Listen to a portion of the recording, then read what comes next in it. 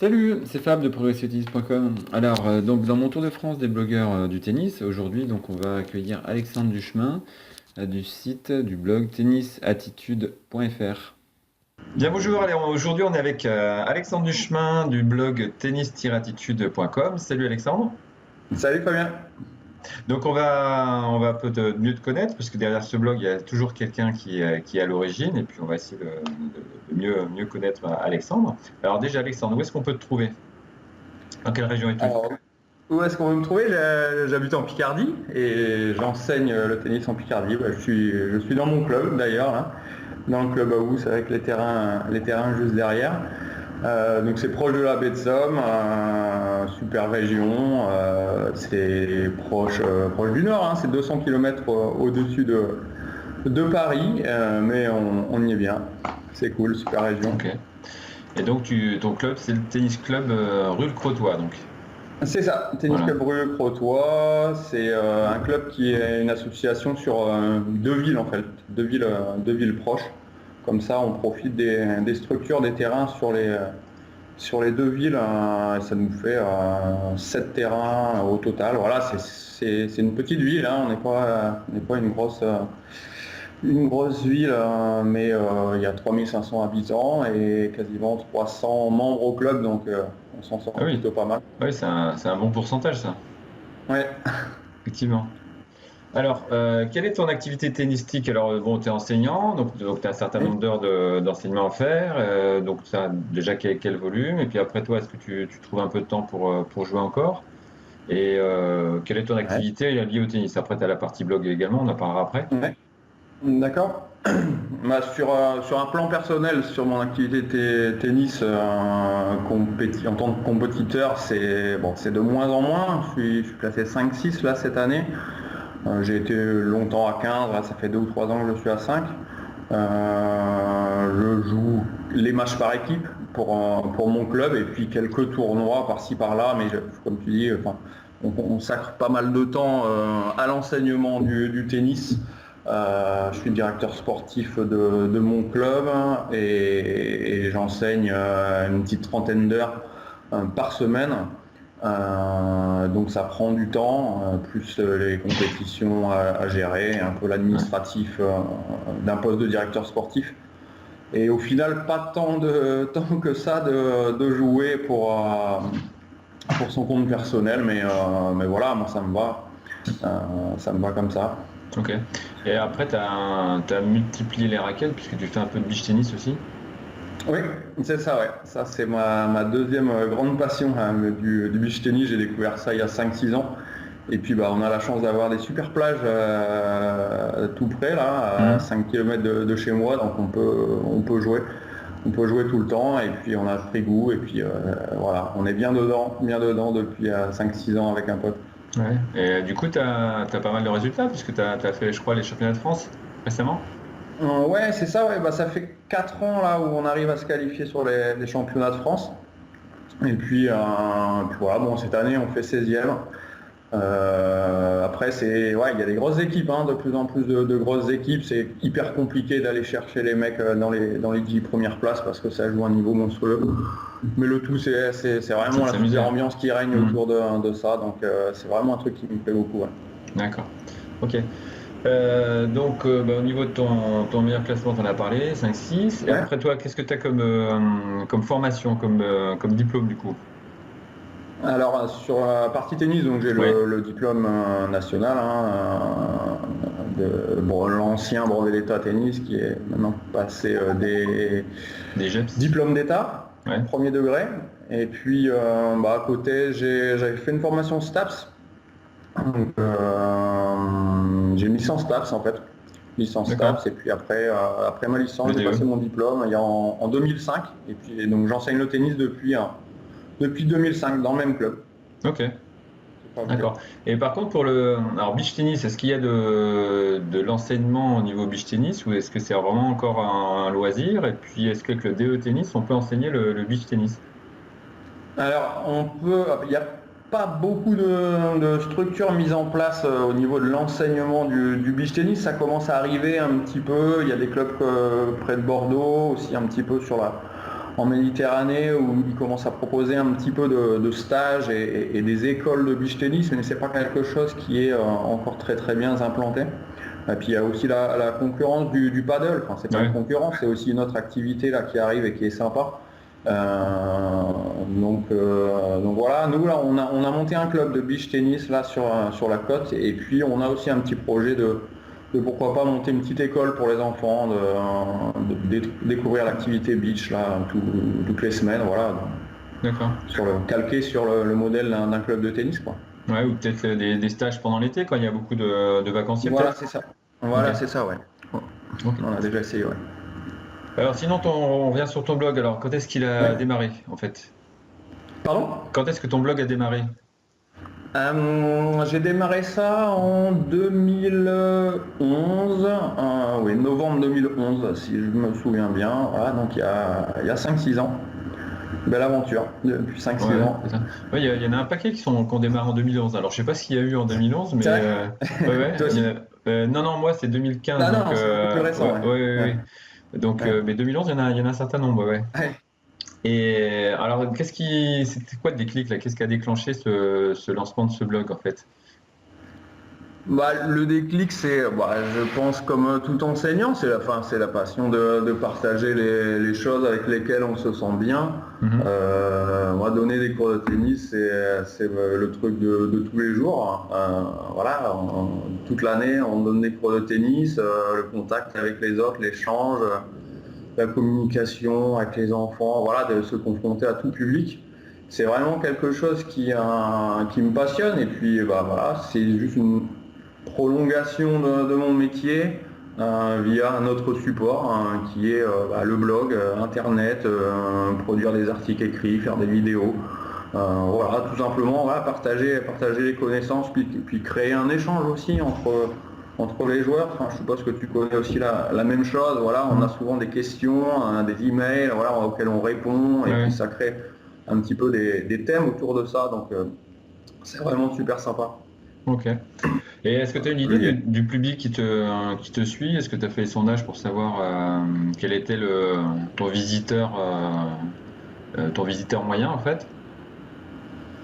Non, j'ai pas trop de tests qui mettent en avant tout ça. Bon, après, c'est forcément quand on est débutant, on va chercher un peu d'infos.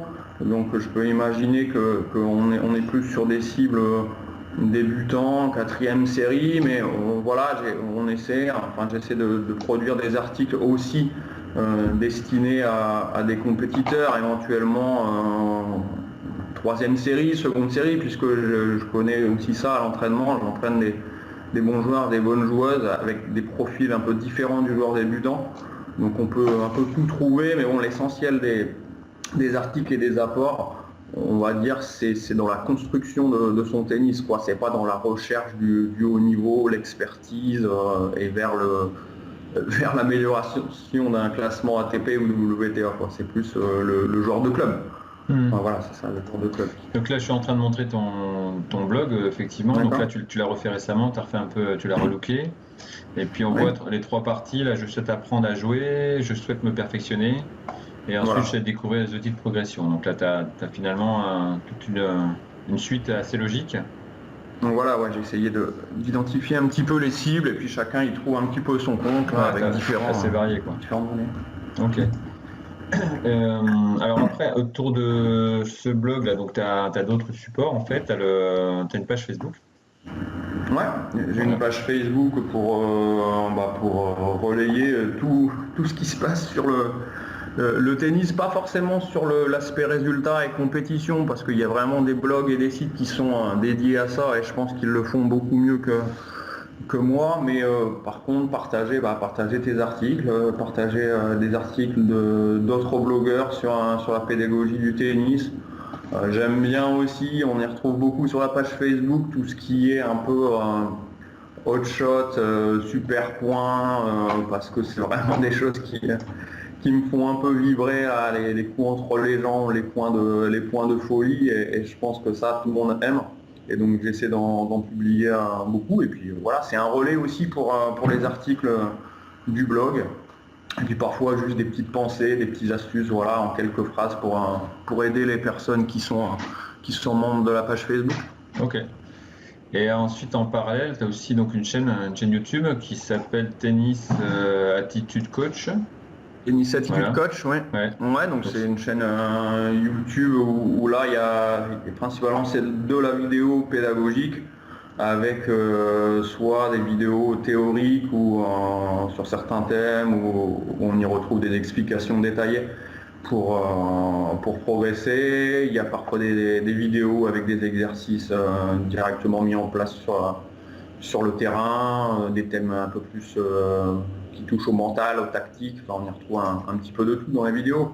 Donc en fait, c'est les vidéos que tu utilises pour tes articles, ou est-ce qu'il y a des vidéos inédites qui sont sur la chaîne YouTube qui ne sont pas sur ton blog par exemple?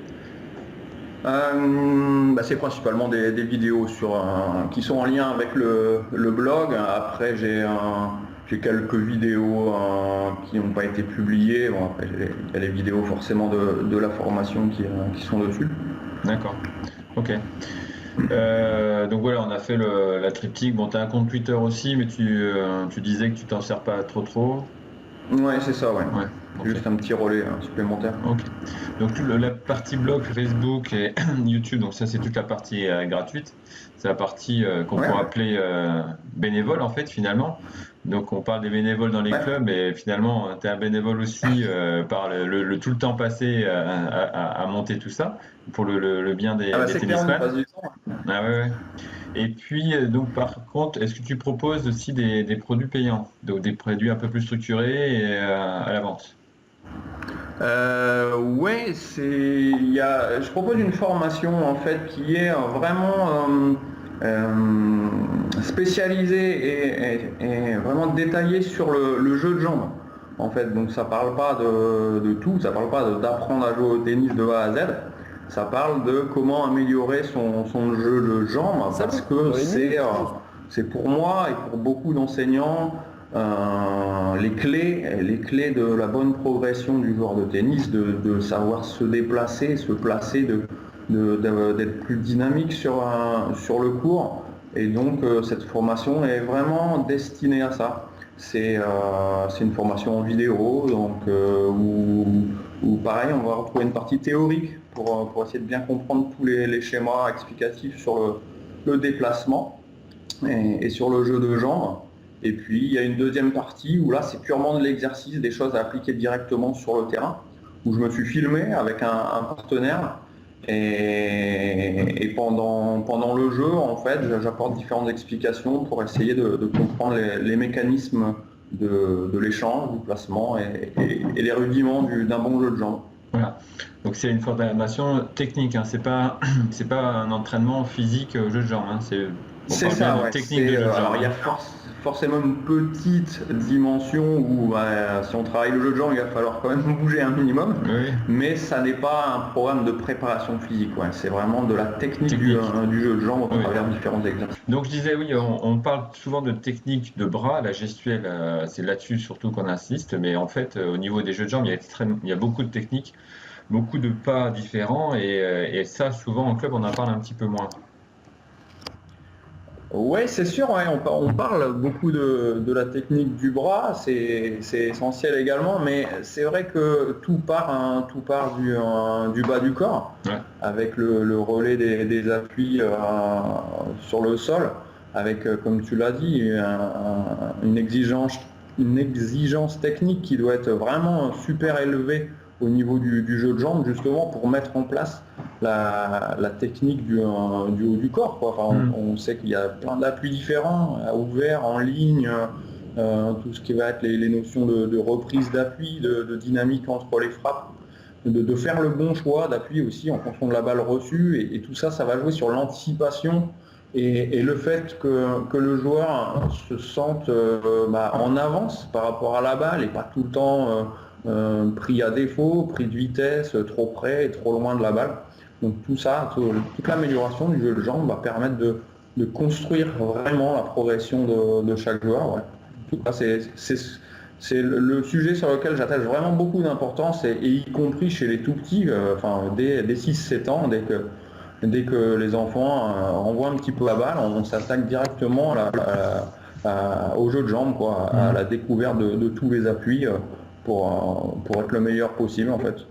Bah, c'est vrai que toutes ces histoires d'équilibre et puis de transfert du poids du corps est hyper important, y compris les équilibres dynamiques. Un équilibre dynamique, c'était un équilibre qu'on retrouve dans la frappe avec le jeu de jambes approprié. Donc c'est vrai que c'est l'intérêt d'avoir des formations en ligne aussi, c'est qu'on peut trouver des choses que les enseignants de club n'ont pas le temps forcément de mettre en place, notamment dans les cours collectifs. Et c'est l'intérêt effectivement de tous ces blogs qui vendent des formations qui peuvent compléter ce qui est fait en club en fait. Très bien. Tout à fait. Alors sinon, pour aller un peu plus loin, on va voir dans le futur, est-ce que tu as des projets aussi ou pas? Est-ce que par rapport à ton blog, est-ce que tu as une vision à 1 ou 2 ans, des choses que tu veux mettre en place, auxquelles tu as réfléchi, que tu vas lancer? Enfin, qu'est-ce que finalement le blog, comment tu sens qu'il va bouger en fait? D'accord. Alors sur le futur du blog, dans sa conception et ce que je vais publier, en fait, je vais revenir un tout petit peu plus sur de l'article écrit, en fait, qui était à la base beaucoup produit au départ du blog, et puis je suis un peu plus parti sur la vidéo.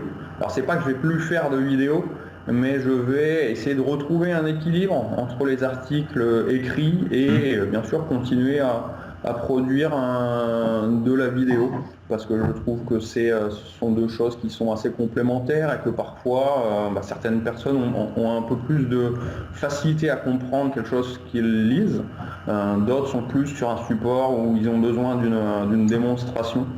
Et donc dans l'idée d'aider toujours un maximum de personnes, voilà, je voudrais vraiment orienter les choses de cette façon-là.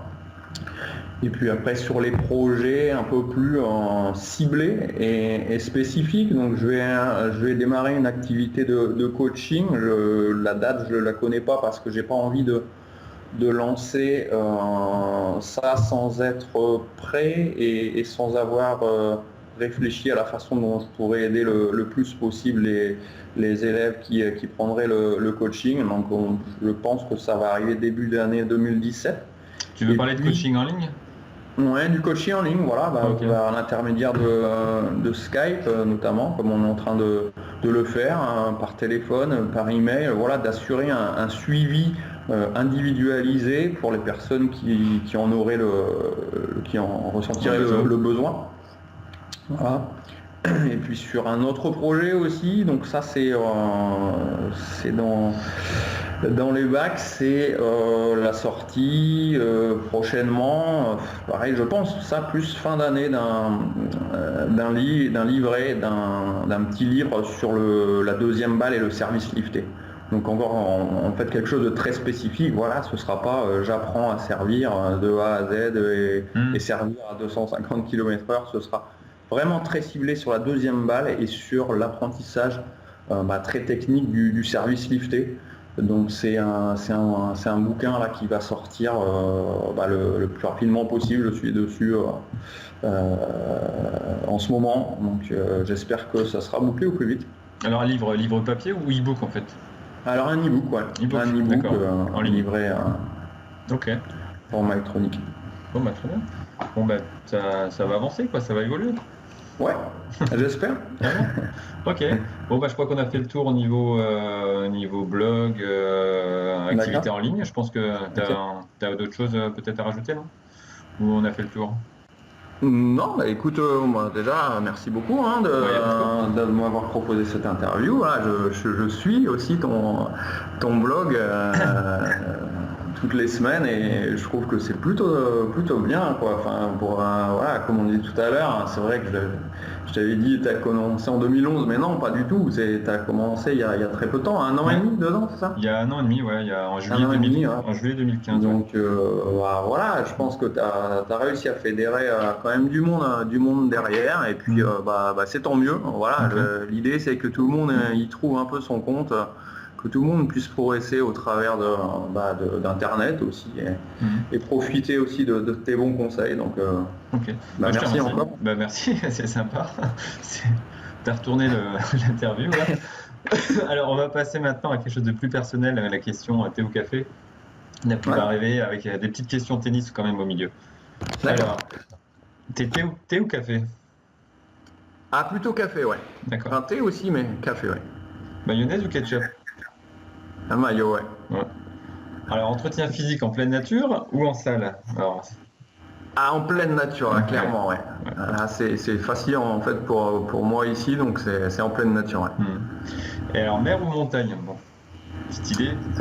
Compliqué, ouais, plutôt mer, mais montagne avec le snowboard quand même, là, je peux pas l'oublier, quoi. La montagne, c'est essentiel aussi. Ok. Alors, Apple ou Samsung? Pardon? Apple ou Samsung? Samsung, ouais. Alors, Ed ou Wilson? Alors, c'est ma question, mais quand je vois le pull, Ed Wilson, ouais, non, des très bonnes marques, hein, j'imagine, mais ouais, clairement Technipure, Ouais. une marque que j'ai découvert il y a 3 ans, 4 ans, et vraiment avec des produits incroyables, hein, tout ce Ok. qui est raquettes, textiles, j'ai une super équipe derrière en plus, vraiment je m'y sens bien avec, chez eux, ouais. ok. Alors, fraise ou framboise? Fraise, Spaghetti ou nem? spaghetti, Alors, manger ou dormir? manger ou dormir, Ouais, c'est ça? ouais. Ouais, difficile, manger.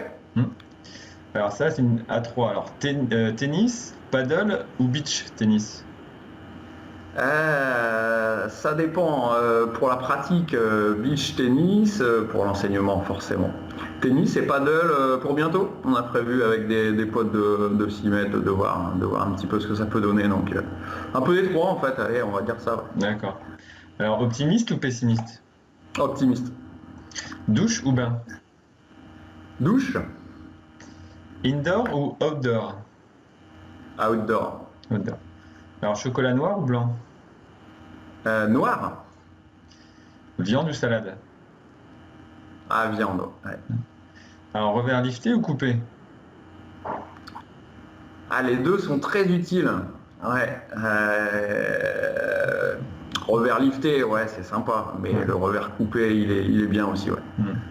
Alors, Paris ou Barcelone? Barcelone? Alors, foot ou rugby? Plutôt rugby, ouais, plutôt rugby. J'aime bien le foot, mais l'esprit rugby est quand même assez sympa. Ouais. Ouais. Alors, terre battue ou dur? Ah, dur, ouais. Là, ça, la terre, c'est un peu un mystère pour moi en tant que joueur. Alors, chien ou chat? Chien, Ville ou campagne? campagne, Sucré ou salé? un petit peu des deux, ouais, et plutôt sucré, ouais. Sucré. Alors, revers à une main ou deux mains? Une main, Maison ou appart? maison, avec jardin, Attaque ou défense? attaque plutôt, ouais. Rouge ou bleu? Alors là, t'as les deux sur toi, là, mais Ouais, plutôt bleu dans la vie, au bleu de la mer? près de la mer, ouais. Gaufre ou crêpe? Crêpe. Et la dernière, monofilament ou multifilament? Alors monofilament, ouais, mais bah, je suppose que tu connais aussi un peu le débat mono-multi. L'hybride. Pardon? L'hybride, le cordage hybride? Ouais, il y a aussi les hybrides, ouais. Et, chez les jeunes, là, ils veulent tous, du mono parce que c'est cool, parce que ça casse pas, et au final, c'est quand même un peu rigide le cordage monofilament pour les tendons et les enfants en croissance. Donc enfin, voilà, on en parle souvent avec des collègues. Oui, nous les adultes et puis des joueurs avec des cadres de 300 grammes, on peut jouer en monofilament. Mais sur des raquettes juniors ou sur des raquettes de 250 grammes, il vaut mieux rester sur du multi en fait, pour pas faire mal au. Ok, bon, bah, on a fait le tour, bah, parfait. Bah, écoute, je te remercie Alexandre. Et puis, Merci encore à toi, c'était super, bon petit moment. On aura le plaisir de toute façon de se rencontrer encore et puis de te suivre évidemment, de te suivre. Avec plaisir. Bon. Allez, ciao, à bientôt. À bientôt, ciao.